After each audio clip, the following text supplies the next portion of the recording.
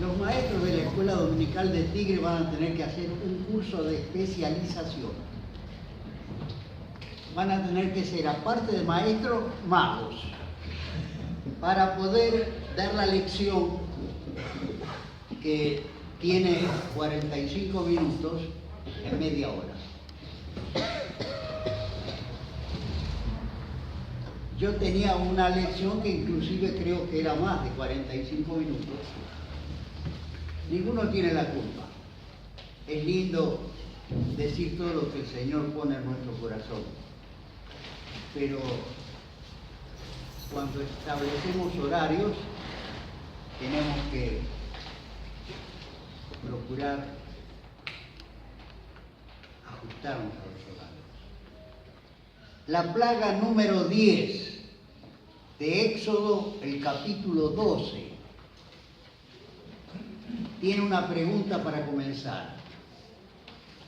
Seguro que todos ustedes estudiaron las plagas, ¿no es cierto? ¿Qué frase común hay en todas las plagas? Hay una frase común en todas las plagas. El corazón de Faraón se endureció. ¿Cómo? Que el corazón de Faraón se endureció. Sí, bueno, eso. Dice Francisco. Esa es una.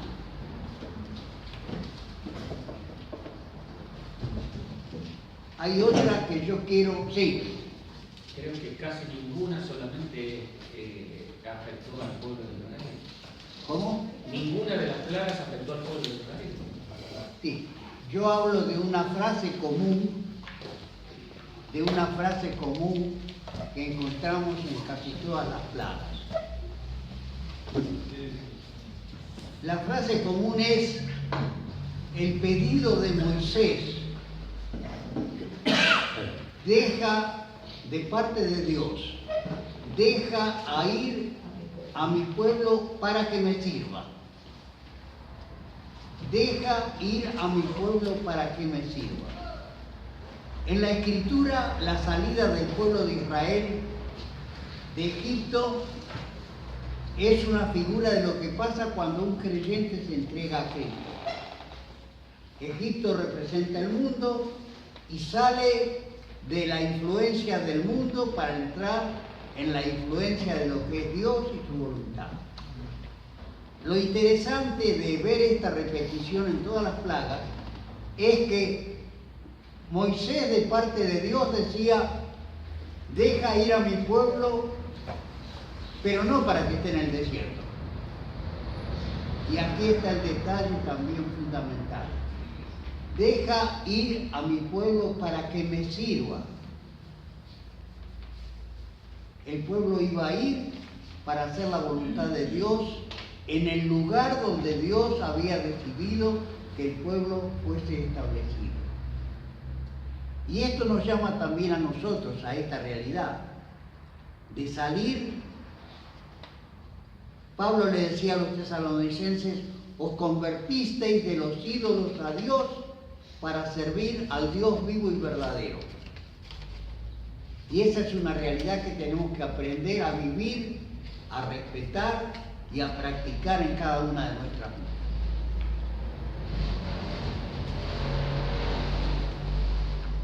Hay muchos pasajes en la Escritura donde se nos revela que Dios, de una manera especial, eligió al pueblo de Israel para que sea su especial tesoro sobre la tierra.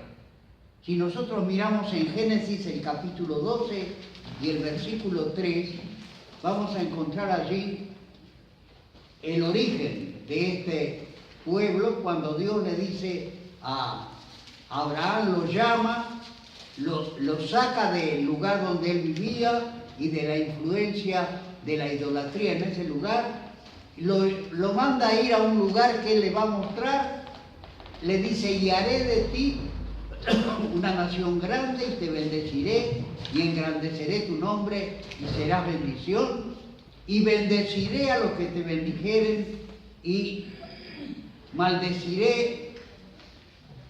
bendeciré a los que te bendijeren y a los que te maldijeren maldeciré, y serán benditas en ti todas las familias de la tierra. Allí está el origen. Después encontramos el respeto de este llamamiento a través de los patriarcas. Abraham, por supuesto, Isaac, Jacob. Y ahora encontramos al pueblo en Egipto transitando los 400 años que Dios le dijo a Abraham que el pueblo iba a estar en Egipto, y saliendo. El secreto de la constitución de ese pueblo es, por un lado, el llamamiento de Dios, y por el otro lado, la fe de Abraham. Si nosotros estudiamos el capítulo 11 de Hebreos, vamos a ver en qué consistió la fe de Abraham, que es largo mencionar en esta mañana, pero cómo el desarrollo de esa fe llevó a que Dios tuviera un pueblo que se llama Israel, con un programa especial, tremendo, que el mundo todavía no lo conoce, pero que llega hasta donde la Biblia llama la eternidad, con un lugar especial, cumpliendo las promesas que Dios hizo a Abraham, de sacarlo, de hacer una nación grande, de darle una tierra, que la tierra fuera buena y que se pudiera disfrutar en bendiciones a tierra.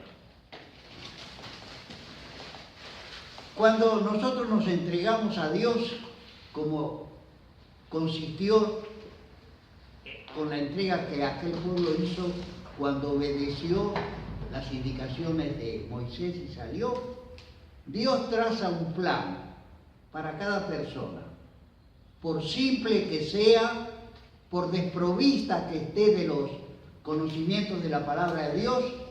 Si esa persona, si yo me entrego al Señor, el Señor enseguida me traza un plan. No estoy sueltito por el mundo haciendo cualquier cosa.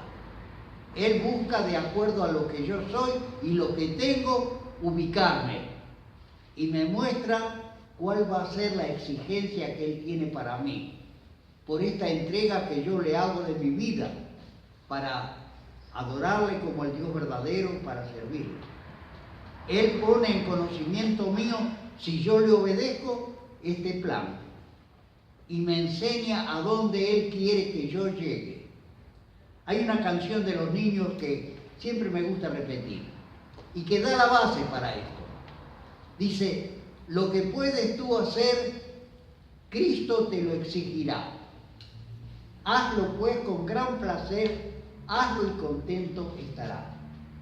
Y Dios, cuando nosotros le entregamos nuestra vida, va a detectar en nuestras vidas las inclinaciones que nosotros tenemos, hablando del campo espiritual, y en base a nuestras capacidades, a lo que el Espíritu Santo pone, transformando nuestras vidas en dones que sean útiles para servir a Dios, va a indicarnos con toda claridad el camino que vamos a poder recorrer, en la conciencia que tenía Jeremías cuando Dios le dijo: entonces oirás a tus espaldas palabras que digan: este es el camino, andad por él, no echéis a la mano derecha ni tampoco torzáis a la mano izquierda.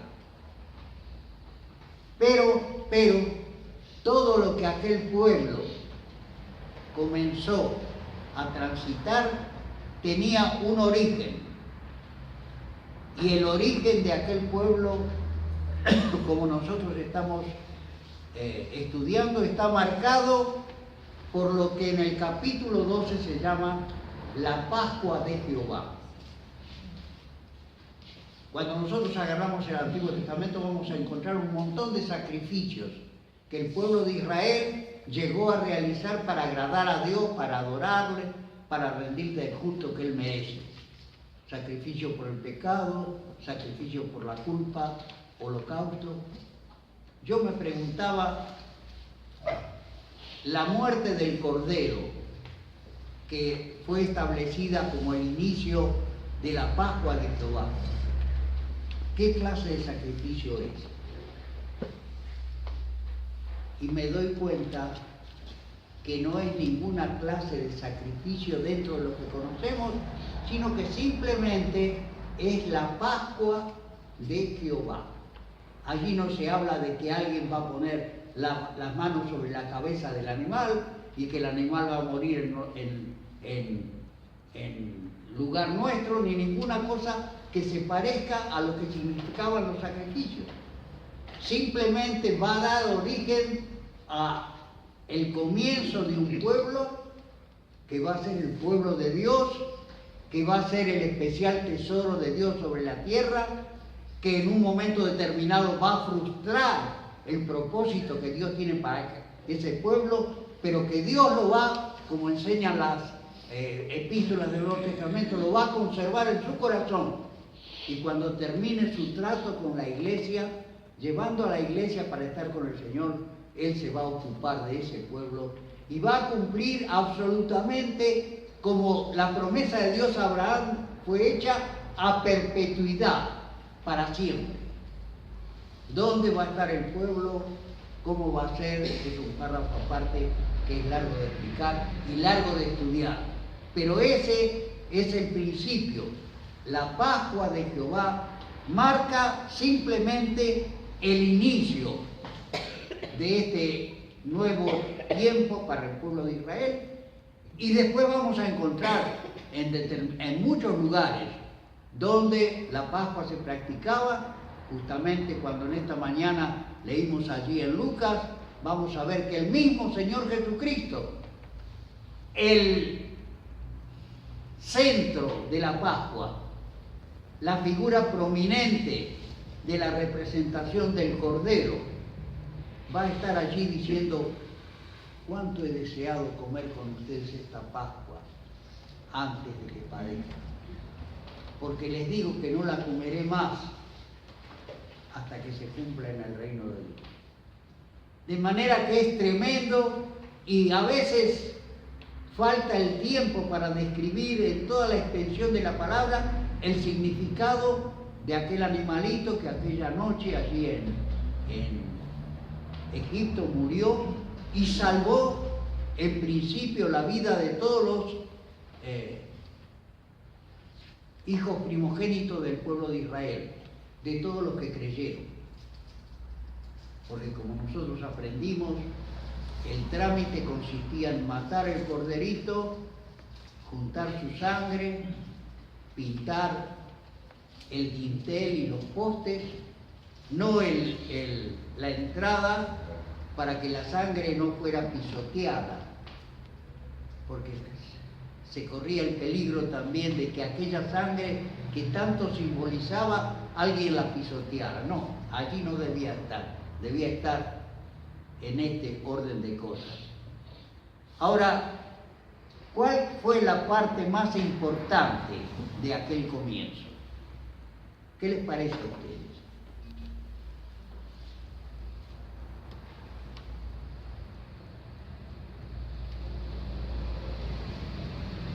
¿Cuál fue la parte más importante de aquel comienzo con origen en la Pascua?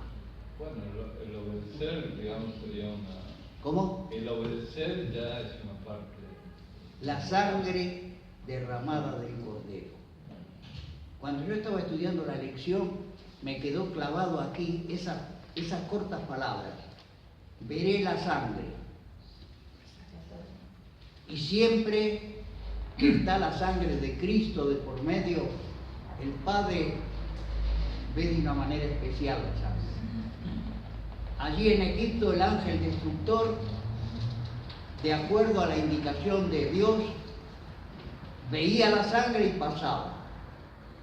Y el ver la sangre sirvió para liberar al pueblo de Israel de un escarmiento del cual jamás iba a dejar de tener memoria. Veré la sangre y pasaré. En 12:27 nos dice que sirvió para hacer morir los primogénitos de todo Egipto, desde el hombre, desde el rey, Faraón, que entonces pudo no solo no darle permiso, sino echar a los hebreos de Egipto, hasta el que estaba en la cárcel, y los primogénitos de las bestias también, dice. Hubo una matanza como nunca antes se había visto. Pero, en contrapartida con esa situación, liberar al pueblo de Israel con una libertad única en el mundo. En ningún país se ha registrado una intervención como la que Dios tuvo tratando al pueblo de Israel para que pudieran empezar a caminar por el desierto, para que Él estuviera delante de ellos guiándolos y para que hiciera todo lo necesario para que pese a los tumbos que aquel pueblo dio y a las 10 veces con las cuales contrarió la voluntad del Padre, el pueblo ingresara en la tierra y siempre manteniendo ese margen de desobediencia que mantuvo y que tanto le costó y le cuesta todavía en este día al pueblo de Israel el haber desobedecido la voluntad de Dios.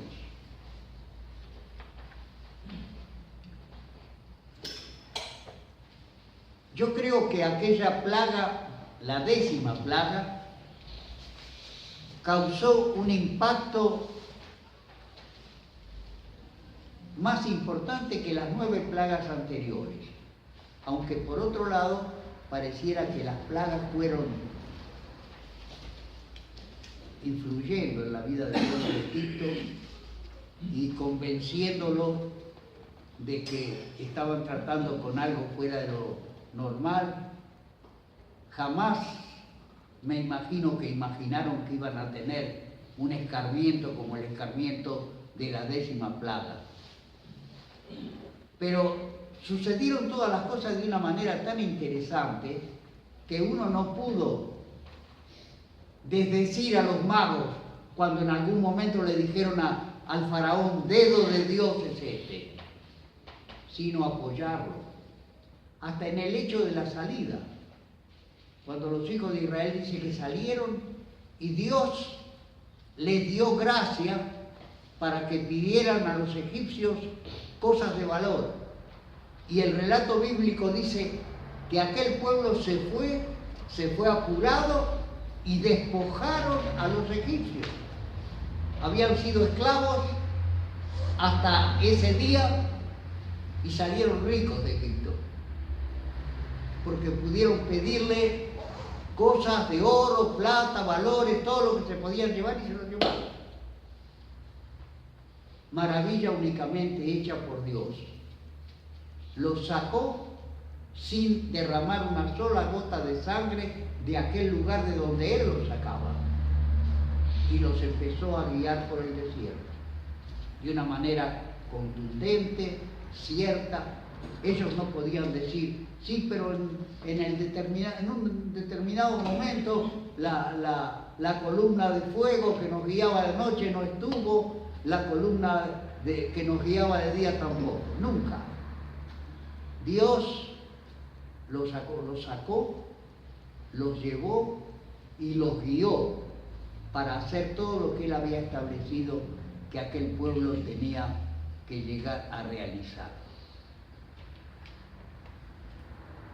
El detalle trascendente de la salida, como ustedes seguramente habrán encontrado en su librito, es que allí se marcó el principio del calendario de los hebreos. Yo estaba pensando en hacer un cálculo.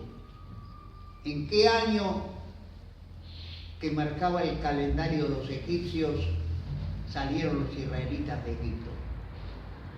En mi Biblia, esta es la Biblia de Reilly, me marca que la salida de los israelitas de Egipto fue en el año 1446. Y de allí el pueblo de Israel comenzó a contar los años, que en este momento son 5.700 y moneda. No sé con claridad, porque no soy hebreo para contar los años que... Están en el año 5.777. 5.777.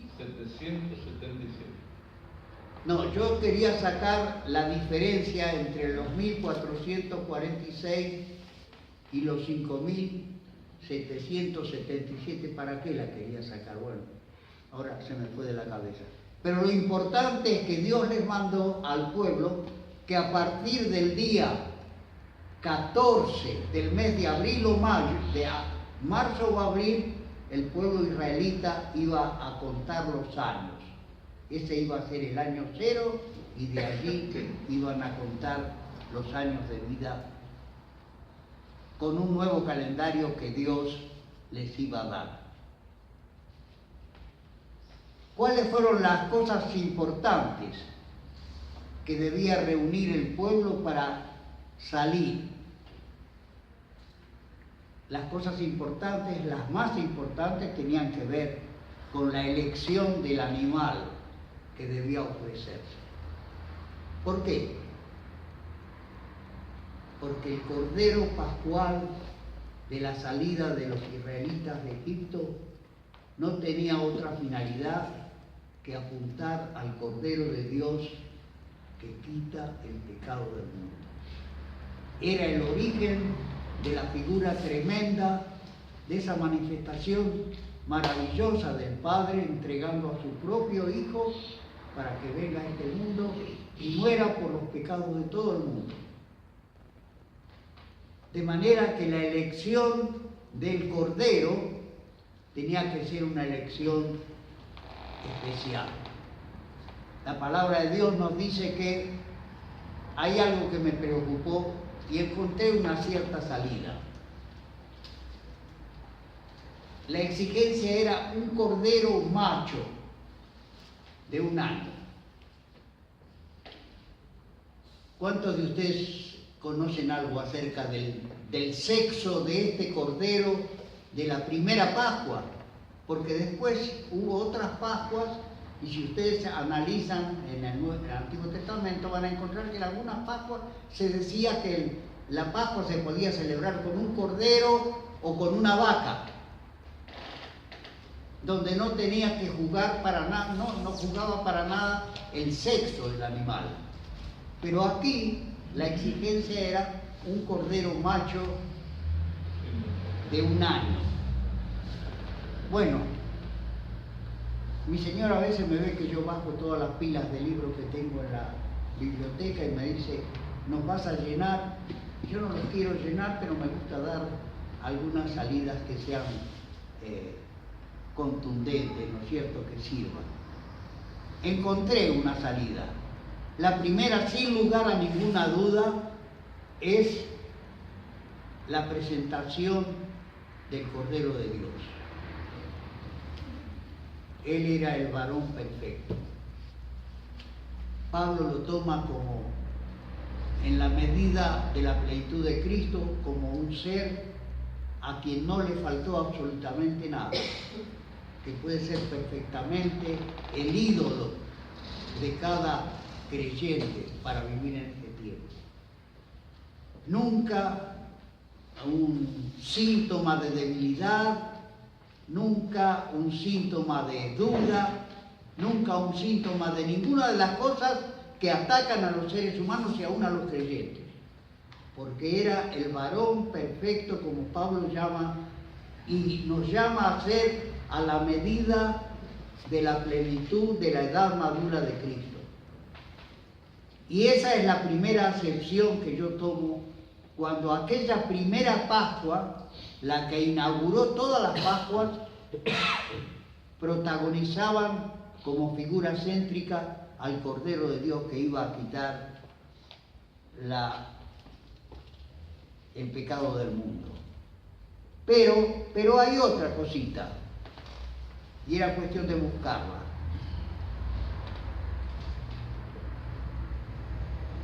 En el capítulo 12 y en el versículo 46,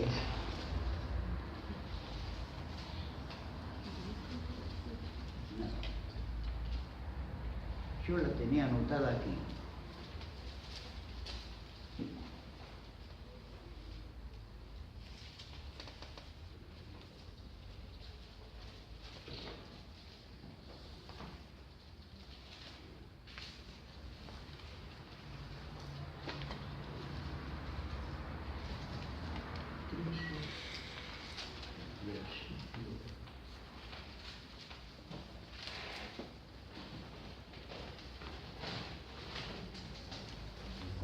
el capítulo 13 y el versículo 15.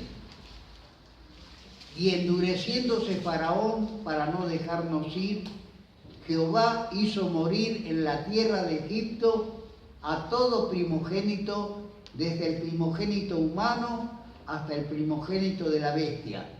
Y por esta causa yo sacrifico para Jehová todo primogénito macho y redimo al primogénito de mis hijos.